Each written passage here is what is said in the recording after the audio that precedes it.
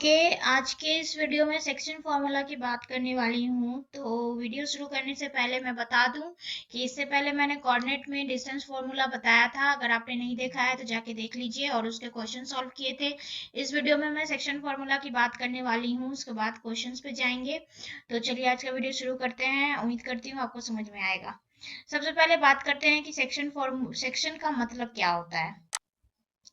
तो सेक्शन का मतलब होता है अगर कोई लाइन है और उसको अगर हम लोग बीच से कट करते हैं या फिर कहीं से भी कट करते हैं तो वो सेक्शन में डिवाइड हो जाता है। ठीक है, अगर ये लाइन को मैं बीच से कट करती हूँ तो ये दो सेक्शन में डिवाइड होता है। अगर मैं किसी लाइन को 3 बार कट करती हूँ, यानी एक कट यहाँ लगाया मैंने और एक कट यहाँ लगाया मैंने और एक कट यहाँ लगाया मैंने, तो यहाँ पे कितने सेक्शन हो गए? 1 2 3 और ये 4 सेक्शन हो गए। तो इसको तो आप जनरली बोल सकते हो कि सेक्शन मतलब ये होता है। लेकिन और सेक्शन मतलब और भी बहुत कुछ होता है, बट सबका मीनिंग अलग अलग है। जैसे आप किसी क्लास में पढ़ते हो तो उसमें भी सेक्शन होता है, सेक्शन ए, सेक्शन बी, तो वो सेक्शन अलग है।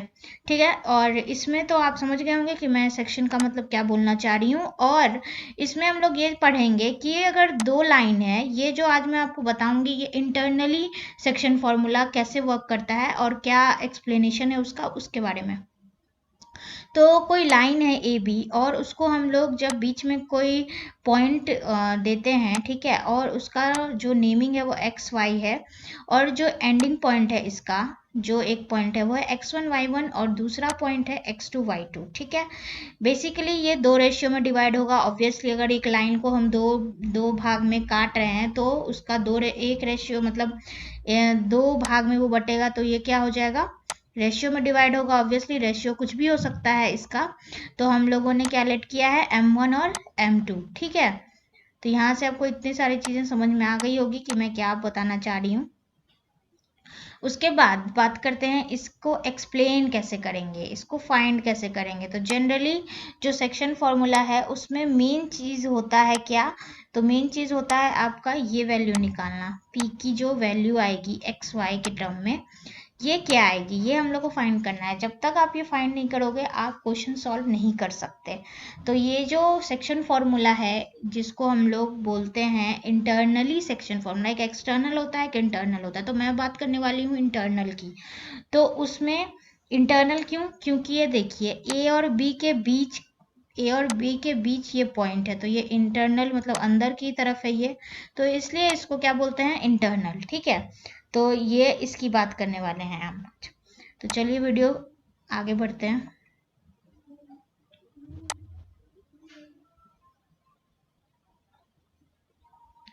सेक्शन फॉर्मूला में क्या होता है कि पहले एक लाइन था, ठीक है, उसके बाद आप जब सिंपल लाइन से अगर आप प्रूफ करना चाहोगे, सॉल्व करना चाहोगे, तो ये सॉल्व नहीं होगा।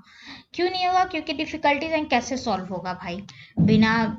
तो सबसे पहले क्या करते हैं हम लोग, एक कार्टेशियन प्लेन में एक लाइन ड्रॉ कर लेते हैं। ठीक है, ये दिख रहा है आपको लाइन ड्रॉ करने के बाद क्या करते हैं कि लाइन ड्रॉ करेंगे, उसके बाद क्या करेंगे कि इसका हम लोग कंस्ट्रक्शन करेंगे। ठीक, तो यहाँ बी से हम लोग एक परपेंडिकुलर डॉटेड लाइन किस पे ड्रॉ किए? एक्स एक्सिस पे। फिर ये पी से फिर वैसे ही करेंगे पैरेलल इसके, और ए से भी हम लोग ऐसे ही करेंगे। ठीक है, उसके बाद क्या करेंगे कि सबको हम लोग क्या करेंगे? ज्वाइन कर देंगे। जब आप सबको ज्वाइन कर दोगे तो ये कुछ इस तरह का दिखेगा जैसा आपको दिख रहा है फिगर में। ठीक है, तो इस तरह का कुछ आपको दिखेगा ये। उसके बाद आप गौर से जब देखेंगे, यहाँ से हम लोगों ने परपेंडिकुलर ड्रॉ किया एक्स एक्सिस पे, यहाँ से ड्रॉ किया और यहाँ से ड्रॉ किया। उसके बाद इसको हम लोगों ने क्या किया? ज्वाइन कर दिया। तो जब आप गौर से देखोगे तो यहाँ पे दो ट्रायंगल फॉर्म हो रहा है, एक ये ट्रायंगल और एक ये ट्रायंगल। ठीक है, तो इसी दो ट्रायंगल के हेल्प से हम लोग ये एक्स और वाई की वैल्यू निकालेंगे। तो कैसे निकालेंगे? तो चलिए वीडियो के आगे आपको पता चल ही जाएगा कैसे निकलेगा ये वीडियो, तो अब ध्यान से समझिएगा। ठीक है, तो देखिए जो जो फिगर में गिवन था वो मैंने लिख दिया, ए पी और बी। ठीक है, उसके बाद क्या करेंगे कि जो जो हमने ड्रॉ किया, क्या क्या किया? A L P M, A L ये रहा और पी एम ये रहा, ये ड्रॉ किया था हमने। और बी एन भी ड्रॉ किया था, बी एन ये रहा। ये सारे क्या है? परपेंडिकुलर हैं किसके? एक्स एक्सिस पे। ठीक है। और उसके बाद देखिएगा ए क्यू और पी आर जो है, ए क्यू क्या है ये, और पी आर क्या है ये। अगर समझने में दिक्कत हो रहा है तो मैं कलर चेंज कर देती हूँ, उसके बाद फिर से समझाती हूँ। ये ए क्यू है, ठीक है, और ये किसके पैरेलल है, पी आर के। और ये दोनों किसके पैरेलल हैं, ये दोनों किसके पैरेलल हैं, तो एक्स एक्सिस के। ठीक है, ये समझ में आ गया। यहाँ जो हमने ड्रॉ किया था वही हमने यहाँ पे लिखा है बस, और कुछ भी नहीं किया है। उसके बाद जब आगे बढ़ेंगे तो हम लोग जानते हैं कि by a criteria, a similarity criteria आपने ट्राइंगल्स में पढ़ा होगा। तो उससे यहाँ पे क्या होगा कि आपको पता है सिमिलैरिटी क्राइटेरिया, जब दो एंगल इक्वल होते हैं तो उसके जो तीसरे एंगल है वो भी इक्वल ही होगा, और उसका साइड्स जो होगा वो क्या होगा, रेशियो में लिखेंगे इसको। तो देखिए दो ट्रायंगल था यहाँ पे, ए क्यू पी और पी आर बी। ठीक है, दो ट्रायंगल यहाँ पे आपको दिख रहा है, ये रहा और ये रहा। तो ये दोनों ट्रायंगल का अगर हम जब साइड्स लेंगे, साइड्स की तो जरूरत पड़ेगी क्योंकि हम लोगों को निकालना क्या है, ये वाला पॉइंट निकालना है। तो इसके लिए साइड्स की जरूरत पड़ेगी, बिना साइड्स के तो हम लोग पॉइंट नहीं निकाल सकते हैं। तो साइड्स देखेंगे इसमें, तो साइड्स क्या होगा, A Q divide by P R is equal to Q P divide by R B is equal to A P divide by P B. ठीक है, ये इसके क्या हो गए, साइड्स हो गए, जिसमें कि आपको एक साइड का वैल्यू पता है, वो क्या है, तो ए पी और पी बी का वैल्यू पता है आपको, क्या है, m1 बाय m2। ठीक है, ये वैल्यू पता है तो ये वैल्यू लिख देंगे। चलिए आगे सॉल्व करते हैं। तो देखिए ए क्यू आपको निकालना है यहाँ से, तो ए क्यू कैसे निकालेंगे, तो इस फिगर में दिख रहा होगा कि ए क्यू और एल एम पैरेलल है, तो ये ए क्यू वही होगा जो एल एम होगा। ठीक है, और पी आर वही होगा जो एम एन होगा। ठीक है, इस तरह से ये दोनों वैल्यू आ जाएगा। तो ए क्यू क्या होगा, यहाँ से ए क्यू क्या होगा, तो जो यहाँ पे एल एम होगा। तो आप देखोगे यहाँ पे ए क्यू को हम लोग is equal to L M. ठीक, ए क्यू को क्या लिख सकते हैं, एल एम के इक्वल है, तो एल एम का डिस्टेंस कैसे आएगा, एल एम का डिस्टेंस कैसे आएगा, देखिए यहाँ पे जो ये है ओ एम है, ओ एम में से अगर हम ओ एल को माइनस कर देंगे तो एल एम आ जाएगा। ठीक है, तो ओ एम क्या है, यहाँ से ओ एम यानी कि ये जो कोऑर्डिनेट दिख रहा है आपको, ये क्या है, यहाँ से एक्स है। ठीक है, और तो यहाँ पे क्या हो गया, x माइनस ओ एल क्या है, यहाँ पे ओ एल है, यहाँ पे ओ एल क्या है, यहाँ पे x1, तो क्या हो जाएगा x माइनस x1। ठीक है, उसी तरह सेम जैसे ये लिखा है हमने, उसी तरह पी आर भी मैंने बताया था किसके इक्वल है, एम एन के। बाय फिगर देख लीजिए आप, पी आर किसके इक्वल है, एम एन के। ठीक, अब पी आर को कैसे लिखेंगे, तो ओ एन में से अगर हम ओ एम को माइनस कर दें तो पी आर की वैल्यू आ जाएगी, क्योंकि ये दोनों इक्वल है। ठीक है, तो पहले क्या लिखेंगे हम लोग, ओ एन की वैल्यू देखिए, यहाँ पे ओ एन की वैल्यू क्या है, x2, और OM की वैल्यू क्या है, OM की वैल्यू क्या है, x। ठीक है, तो ये वैल्यू यहाँ पे पुट कर दी है हमने। ठीक है, पुट कर दिया। अब बात करते हैं PQ की, तो PQ क्या हो जाएगी, PM माइनस QM। PQ की बात करें अगर हम PQ की, तो जैसे हमने x एक्सिस पे निकाला उसी तरह y एक्सिस का बात करेंगे। तो PQ कैसे निकलेगा, तो PQ यहाँ से क्या हो जाएगा, ये PQ यहाँ से हो जाएगा,